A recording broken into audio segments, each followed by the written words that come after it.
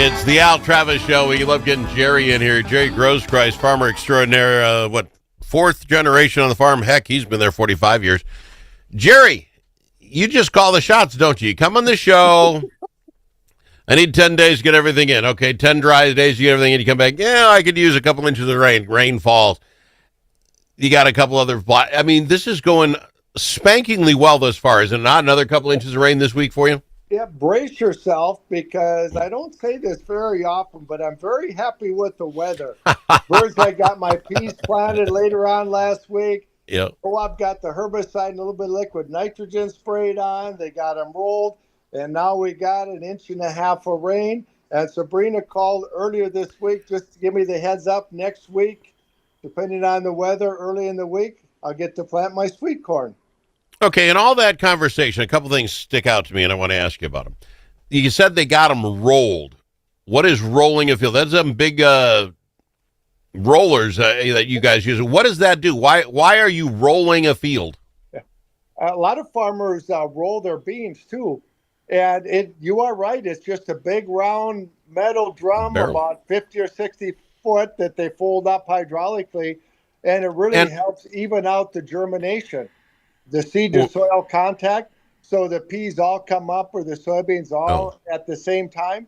And the other thing it does is any crop residue or any little rocks that Jerry didn't see, they get pushed down onto the soil surface so that you don't pick them up with your bean combine, or bird's eye doesn't get them into their pea combines. And how heavy are those rollers? They aren't very heavy. No. But they're big, but they just kind of firm the ground. And because the beans come up, you can't tell where they were rolled or where they weren't. Because if you got a compacted layer, it takes longer for that seedling to push through. So it doesn't pack them too hard because it comes up nice and even. And the other thing it does is, especially for the pea combine, if you've got pieces of corn stalks or soybean stubble from last year, well, they're pea combine, when it's stripping those pods off the vines and going into the combine, they get a lot more of that old residue in there too. So they like to get them rolled as soon as they're planted too. All right. Out of curiosity, how much time, how many hours does it take to roll an acre? I mean, I don't know. I had a 40-acre field, and I think they had it rolled in an hour maybe. Oh, goodness gracious. They're in high gear. I like that. Okay. Oh, yeah. The other thing you mentioned was you had it sprayed for herbicide, or whatever it was. Do you have to have it kind of like I sprayed a little Roundup on the weeds in the yard, the driveway? They want to have it a couple of days before it rains, to kill the darn thing off. Do you have to time that out as well, or is this stuff cling pretty good and takes care of business? Oh, no. You have to know what herbicides you're using. For example, I hadn't tilled the field yet where my sweet corn is going to be planted. And guess what? There were some weeds coming, especially around the outside of the field. And I would have maybe had to till it a couple times to try and kill all those weeds. So I went out with Roundup and 2,4-D, and that's a contact herbicide. So you need, most of the herbicides are rain fast in 2 or 3 hours. Okay. You don't want to rain before that, or it'll wash the herbicide off of the weeds. On the other hand, they were going to try and plant my peas on Tuesday, but we got just a little bit of rain, so they decided to wait. I was out the whole afternoon spraying the first pass of herbicide with my beans, and there were a couple times there were sprinkles on the cab window, and I didn't care because that was a Group 15 herbicide called Dual 2 Magnum, Harness, Decidua, other herbicides in that group. That you want a rain after you apply it, half an inch at least, because then it gets in the soil solution and it kills the weeds. It's a shoot-absorb herbicide, works through the soil. So you got to know what you're using. What is this cab thing you speak of? I was out with my Roundup taking a pass over my field, my driveway, and I had that little gun thing where you kind of squeeze the triggery thing and you hit the. You're in a cab? You got a little gun shooter out there, or what? What? No, I got a sprayer that holds 1,000 gallons of water behind me and a 60-foot boom. And so I was sitting in the tractor cab. Could I get you driving by my driveway? Just one pass, you could take care of the whole thing. Shoot each one of these little weeds. All right. With the great weather that we've had, Jerry, just a twofold question. One before we go to break. I presume corn prices and all that, if the Midwest is doing this well, and I try to liken it when you're talking about Brazil, in the wintertime down here. Oh, they had a great rain and now the prices go down because there's so much corn coming. What are the prices doing for you guys if we're having the perfect weather conditions in Central America? Well, we were down. Central U.S. We were down fairly hard late last week and earlier this week. Well, 10, 15 cents in corn, a little more in beans. And the scuttlebutt you were reading was because of the, quote, ideal weather in the Midwest. Oh, so that is starting to affect things. Yes, it is a little bit. And that's what's being a farmer. For us to do really well, Mother Nature has to kick somebody else. Yeah. But there must be some measure in that, right? If you have a great growing year, obviously you'll have more corn, more soybeans, so we can go down some. I guess what I'm saying is if it's down 10%, but you can make 15% more corn, aren't you on the upside of the equation? And maybe it doesn't work quite that easy. I don't know. Yeah, it really does. And that's why sometimes a farmer can get caught up in the actual price of a bushel of corn or price in the bushel of beans. But I like to look at it more revenue per acre. Sure, maybe the price is down, but boy, you got 30 more bushel of corn this year than you anticipated, even though it's a lower price. Your dollars per acre are pretty good. Or like last year, I had a horrible crop, but I did pretty well. Revenue per acre was called crop insurance. No, there you go. Well, yeah, when things are really bad. I'm just saying when things are really good, again, I know prices go down, but there's got to be a sweet spot in there where you make enough extra corn that you can make up for it. I got to go to break. Exactly. When we come back, we'll talk more with Jerry Groskreutz all about this farming thing he's got going on. He's happy. That makes me happy. I think I've known him 3 years. We finally got a happy Jerry. This is good. More after this on the Al Travis Show.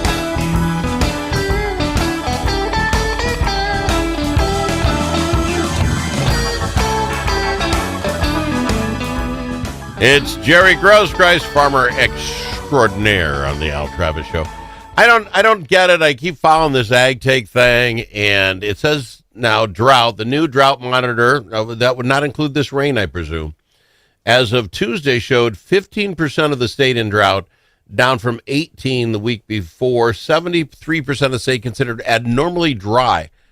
Are we just down here insulated something? Where is this happening? It's raining everywhere.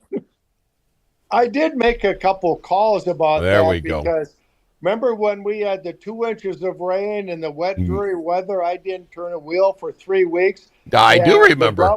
You do remember that. I remember that. We discussed it. No, not in comparison of the other stuff you whine about. No, okay. And the drought monitor said we were abnormally dry while I had water standing in the fields.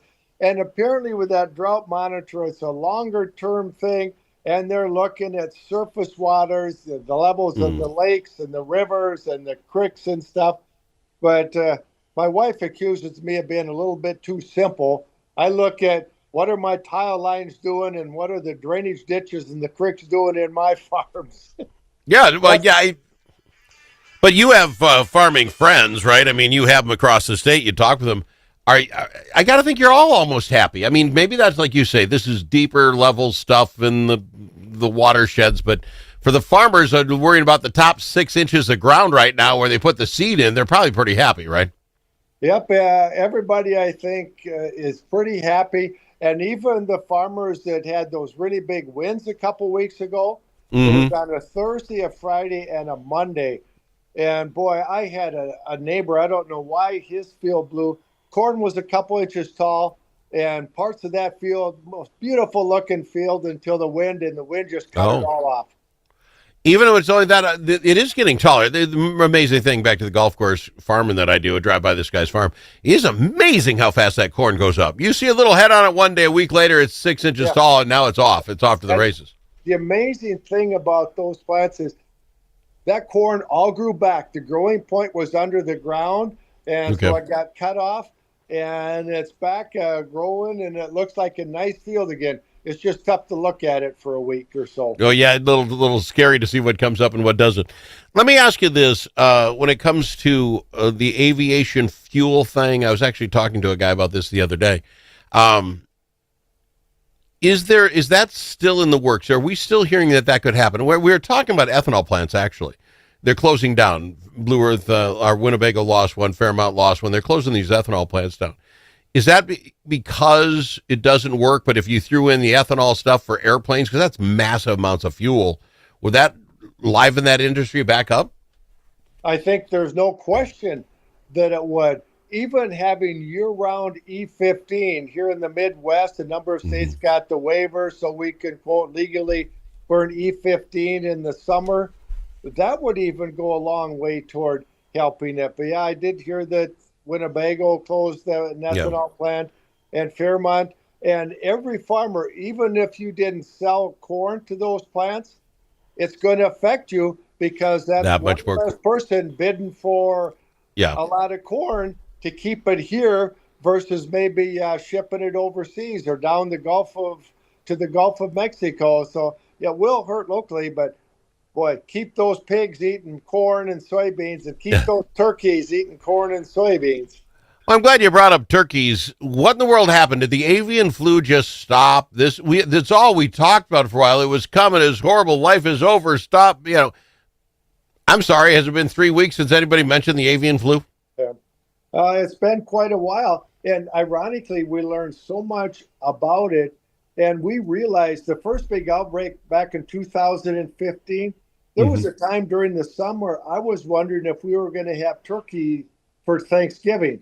I mean, when barn after barn, well, it's amazing the technology they have, but they can take a turkey that had that disease and they can isolate it and figure out where that came from. Yeah. Was it a bird flying by or was it?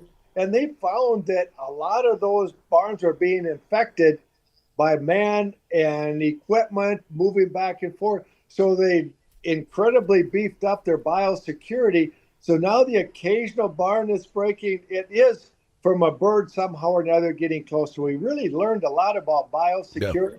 But there's now another disease that was on my to-do list that's spreading, and they don't know how it's getting to these turkey barns with all of the enhanced biosecurity that they're all using now. Oh, interesting. Because what I read is that Canada and Mexico don't treat that the same way we do. Your turkey crop gets infected, right? And then we annihilate those turkeys and put them out so they can't spread it, is our thought. But Canada and Mexico don't do that. They don't believe in it, and they think their turkeys, the 10% that survive, right? If it kills 90%, the 10 that survive will have a better immune system, and that'll help them in the long run. It's a just different philosophy, as I understand it. No, there's one other major difference, and if we had a barn that broke with avian influenza, highly pathogenic, any barn within a certain area, those had to be euthanized too. Oh, wow. When those barns, because sometimes you'll have 3 or 4 barns fairly close. Well, if one barn broke, they would euthanize all of them. Whereas when the new administration took over and Secretary Rollins, they ended that and they said, we're going to, try to do everything we can to keep it from spreading to those other barns so they wouldn't euthanize those barns until they tested positive. Many times they don't, even though they're fairly close. Gotcha. So that was the major difference. And that was the argument that maybe in the past we euthanized a lot of chickens and turkeys that maybe we didn't need to, but they were being overly cautious. Yeah.